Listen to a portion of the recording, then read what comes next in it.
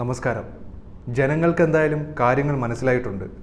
കള്ളപ്രചാരണങ്ങൾ ജനം തിരിച്ചറിയുക തന്നെ ചെയ്യും.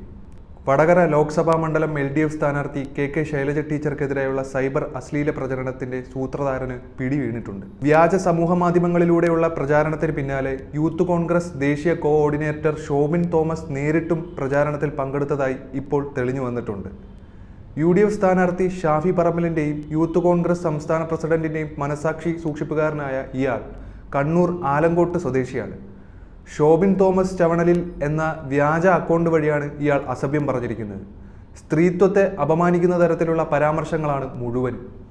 അമ്മയേക്കാൾ പ്രായമുള്ള വനിതയെക്കുറിച്ച് അങ്ങേയറ്റം നീചവും നിന്ദ്യവുമായാണ് അയാൾ അതിൽ പ്രതികരിച്ചിരിക്കുന്നത്.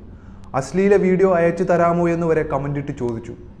ഷാഫി പറമ്പിൽ സ്ഥാനാർത്ഥിയായതു മുതൽ വടകരയിൽ ക്യാമ്പ് ചെയ്ത് പ്രവർത്തിക്കുകയായിരുന്നു ഈ പറഞ്ഞ ഷോബിൻ തോമസ്. ഈ വ്യാജവാർത്ത പ്രചരിപ്പിച്ച UDF അണികൾക്കെതിരെ പോലീസ് കേസെടുത്തിട്ടുണ്ട്. സമൂഹത്തിൽ ലഹളയുണ്ടാക്കാൻ ലക്ഷ്യമിട്ട് വീഡിയോ പ്രചരിപ്പിച്ചതിനാണ് ഇപ്പോൾ കേസായിരിക്കുന്നത്. എന്തായാലും ഒരു മുട്ടൻ പണി UDF ചോദിച്ചു വാങ്ങിയതുപോലെയുണ്ട്. ശൈലജയ്ക്കെതിരെ അധിക്ഷേപം എന്നത് വ്യാജമാണെന്ന് പ്രതിപക്ഷ നേതാവ് VT സതീശനും യൂത്ത് കോൺഗ്രസിന് ഇതിൽ പങ്കില്ലെന്ന് സംസ്ഥാന പ്രസിഡന്റ് രാഹുൽ മാങ്കൂട്ടത്തിലും ആവർത്തിച്ച് പറയുന്നതിനിടയ്ക്കാണ് ഷോബിൻ ഉൾപ്പെടെയുള്ള നൂറുകണക്കിന് യൂത്ത് കോൺഗ്രസ് മുസ്ലിം ലീഗ് നേതാക്കന്മാരുടെയും അശ്ലീല പരാമർശങ്ങൾ പുറത്തുവരുന്നത്. അധിക്ഷേപ അശ്ലീല പരാമർശങ്ങൾക്ക് പുറമെ വർഗീയ വിദ്വേഷം പടർത്തുന്ന വിധം എഡിറ്റ് ചെയ്ത വ്യാജ വീഡിയോകളും ശൈലജയുടെ പേരിൽ UDF സൈബർ സംഘം പ്രചരിപ്പിക്കുന്നുണ്ട്. കടുത്ത സൈബർ ആക്രമണത്തിന് വിധേയമാകുന്ന KK ശൈലജയ്ക്ക് പിന്തുണയുമായി കേരളമൊട്ടാകെ രംഗത്തെത്തി. ഇത്തരത്തിലുള്ള മ്ലേച്ഛകരമായ പ്രവണതകളുള്ള ആളുകൾ കേരള രാഷ്ട്രീയത്തിന് തന്നെ അപമാനകരമാണ്. സ്ഥാനാർത്ഥിത്വം പ്രഖ്യാപിച്ചതു മുതൽ KK ശൈലജയെ വിടാതെ പിന്തുടരുകയായിരുന്നു UDF സൈബർ സംഘം. എന്തായാലും ഇത്തരത്തിലുള്ള പ്രവർത്തികൾക്ക് UDFന് ജനം മറുപടി നൽകും.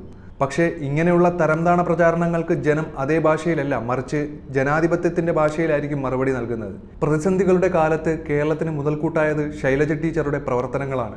ആ പ്രവർത്തന മികവ് ലോകം അംഗീകരിച്ചതുമാണ്.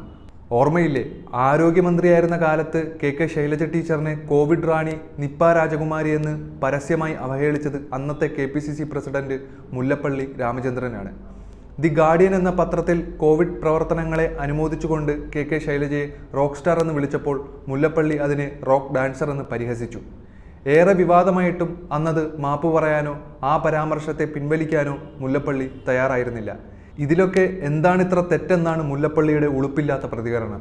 UDFൻ്റേത് ഒരു വസ്ത്രാക്ഷേപമാണ്. കൗരവപ്പടയുടെ കൂടെയല്ല നാം നിൽക്കേണ്ടത്. ശൈലജ ടീച്ചറെ പോലെ പുതിയ ലോകത്തെയും കാലത്തെയും കുറിച്ച് ബോധ്യമുള്ളവരും തൻ്റെ ബോധ്യം പ്രവൃത്തിയിൽ തെളിയിച്ചവരും ഇന്ത്യൻ പാർലമെന്റിൽ എത്തിയേ തീരൂ.